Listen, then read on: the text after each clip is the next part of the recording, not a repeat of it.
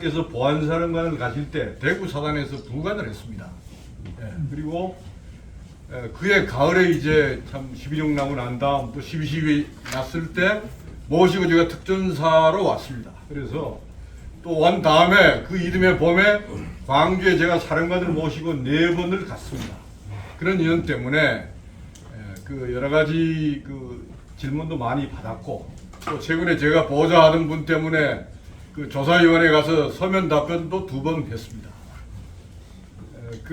물론 그런 인연은 아니지만 나중에 84년도에 군대학을 마치고 제가 청와대 경호실에 군 부대가 나가 있기 때문에 현역 소령으로 작전 담당관을 가서 2년 반을 했습니다. 그때 안현태 경호실장 그리고 이규호 비서실장 아마 그런 시대였던 것 같습니다. 그래서 그때 보고 느낀 것도 있는데요. 우선 김 기자님, 예. 집단 발포라는 용어는 적합하지 않습니다. 예. 왜냐하면 발포라는 말은 구시대에 육혈포를 사용할 때 육혈포를 발사한다는 말입니다. 그런데 우리나라 법 쪽에 언론 아직도 발포라는 것 같습니다. 이 발포라는 용어는 적합하지 않고요. 사격으로 해주세요. 그 다음에 그렇게 되면 이제 집단 발포가 집단 사격이 되는데 광주에서 집단 사격이라는 건 있을 수 없습니다. 택시 운전사나 화려한 외출 같은 영화에서 군을 매도하기 위해 그렇게 한 거지 그런 일은 없었습니다. 저는 물론 지휘관을 보좌해서 갔기 때문에 현장은 있지 않았지만 저희 동료들이 현장에 있었습니다. 그럼 사격이 어떤 과정으로 이루어졌느냐? 처음에 갈 때는 뭐 대대장 아니면 지역대장별로 통합 보관합니다. 위험 요인이니까. 그런데 지휘관들이 판단해서 야 이거 개인에게 지급해야 되겠다. 먼저 팀장에게 줘야겠다. 한 12명 정도 데리고 있으니까요. 그 팀장에게 줬다가 그 다음에 너희가 위협을 받을 때는 제일 먼저 경고 사격을 해라. 그 뭐냐 하면 하티브를 쏜다거나 공포를 쏜다. 그 다음에 상대방이 너에게 지금 쏘면 쏴도 좋다. 이런 거 있게 있는 거예요. 요즘 그 5.18 위원회에서 그것이 예교에 있느니 없느니 가지고 시비를 하는데 근데 분명히 그렇게 되어 있었습니다. 저도 특전부대에 약 2년 반 근무를 했거든요. 그렇게 되어 있으니까 참고를 해주시고요. 그 다음에 그 경찰국장이 그 헬기 타고 경찰은 전부 철수하라고 했다는 걸 처음 들었습니다. 제가 사령관을 모시고 송정리 비행장에 가니까 전남도지사, 광주시장 그 문제에 경찰국장 다 물에 빠진 쥐같이 와 있었어요. 그렇게 있으면서 도지사나 시장은 무현 입성만 강조를 하더만요. 그런데 정말 현명하게 최소의 피해로 그야말로 평정을 했죠. 그 과정을 여기서 얘기할 수는 없고 정말 그건 잘했다고 저는 생각이 되고요. 그 다음에 5.18 특별법 문제는 제가 어떤 유명한 변호사의 얘기를 들으니까 법 제정 자체가 위헌이고 법 적용도 잘못됐다. 재심 청구를 해야 된다. 이렇게 얘기하는 맞습니까? 제정도 위헌이고 위헌심판 청구할 수 있고 적용도 잘못했다. 맞습니까? 그렇게 생각이 들고요. 그 다음에 제가 80년 초에 특전사령관을 이제 보좌하고 있으니까 맨날 계엄사에서 전화가 왔어요. 뭐냐?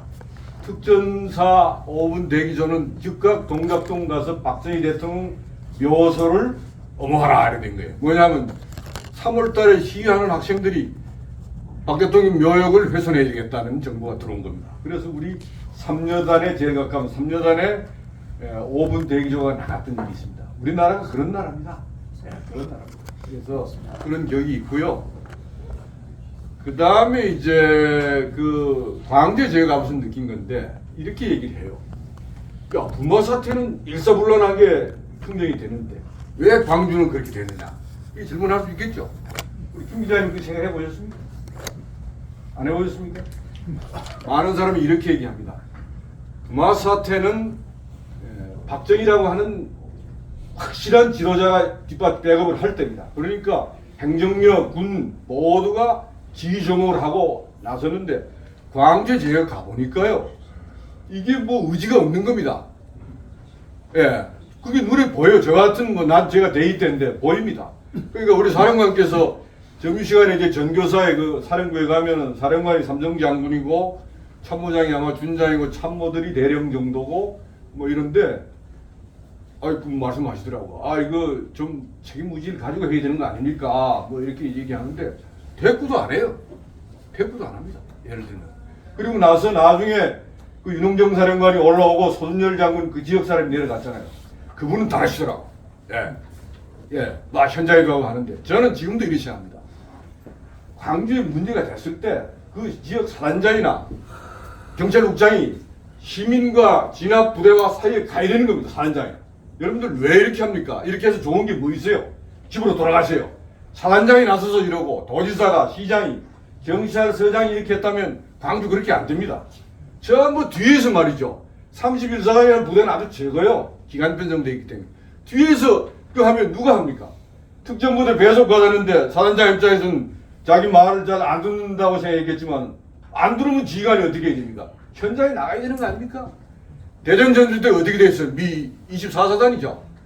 긴 소장은 3.5인치 대전차 제압하는 무기를 미군이 편제받았지만 훈련이 제대로 안 돼 있었어요.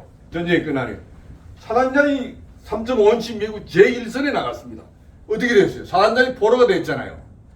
그 사단장의 해골 보면 우리 정부를 굉장히 욕합니다. 있는데 군대 리더십은 말이죠.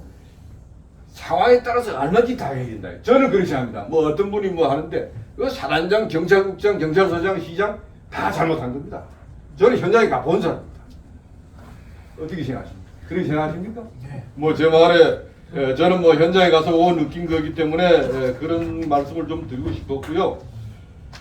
그 다음에 아까 그 TDX 개발하신 거 제 친구가 서울공대 전자과 나왔는데 그 열의와 책임감과 그거는 정말 놀랍다는 겁니다.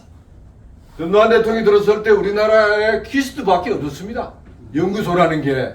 그런데 지금 아마 한 20, 30개 될 겁니다. 분야별로 다 있어요. 예를 들면 식품연구원, 뭐 전자통신 애틀이라고 있습니다.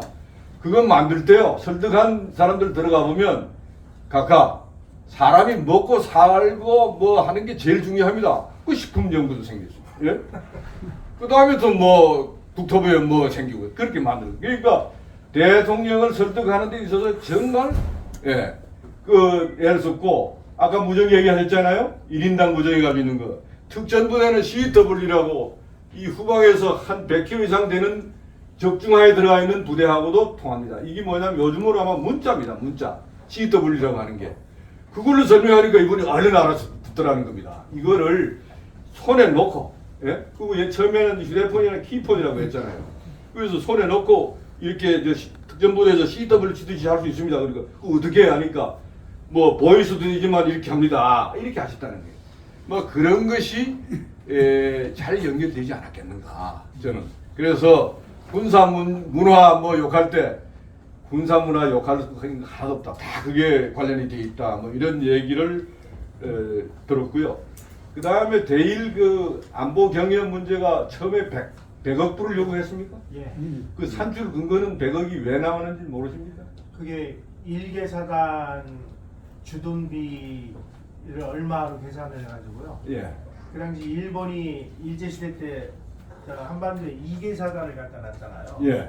그거를 곱하기 5년 해서 나온 수치가 100억. 그 협상했던 분들 얘기를 들으니까 일본이 청일전쟁, 러일전쟁 이기고 나서 한반도를 식민지한 다음 함경북도의 1개 사단, 서울의 1개 사단, 중국과 러시아를 견제하게 2개 사단을 주둔시켰습니다. 그럼 이제 논리가 뭐냐? 우리가 공산 위협을 제1선에서 그 방패막이를 하고 있는데 너 2개 사단을 1950년부터 80년이면 30년 이상이잖아요. 2개 사단을 일본에서 운영했다면 돈이 얼마 드느냐? 그래서 나왔답니다. 그래서 뭐 이제 60억이 처음에 협상대벌에 올렸는데요. 외교부는 저 무식한 군인들 되지도 않는 거 이렇게 얘기했어요. 그런데요. 처음에 외교부가 왜 거절했느냐? 그거는 내일 청구권 자금할 때 다 받은 거 아니냐? 이렇게 했어요. 그런데 우리가 다시 논리가 뭐냐?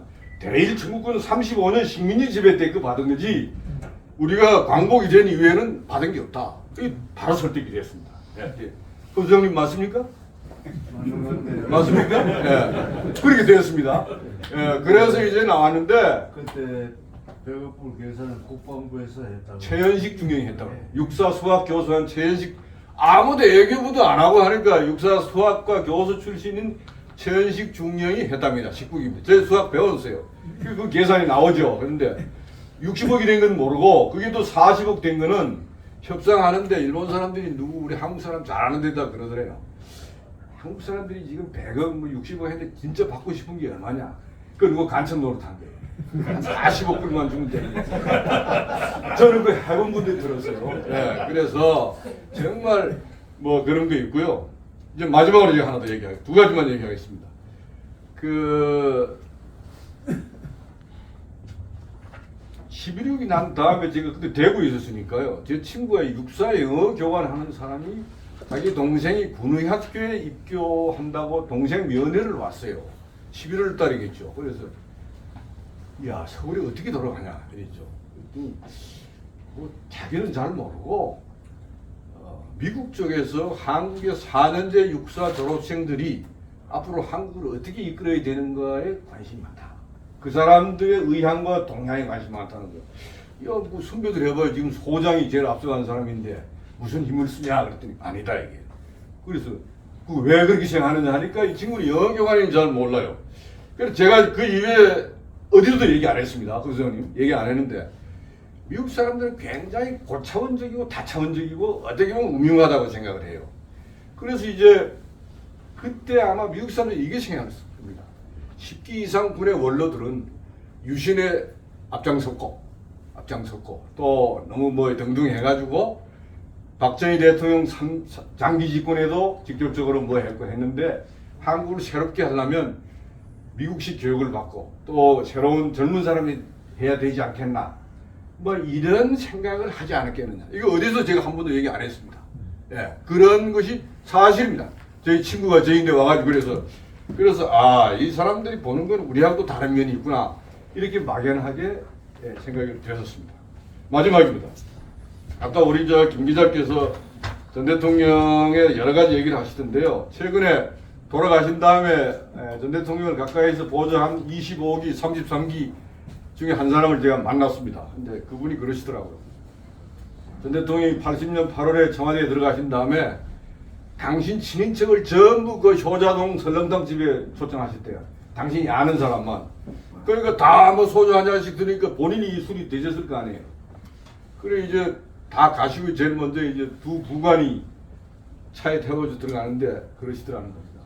야, 내가 너 나하고 직계 후배고 너무나 잘하는가 내가 세 가지를 약속하지. 첫 번째가 내가 청와대에서 살아서 나가야 되겠다. 예?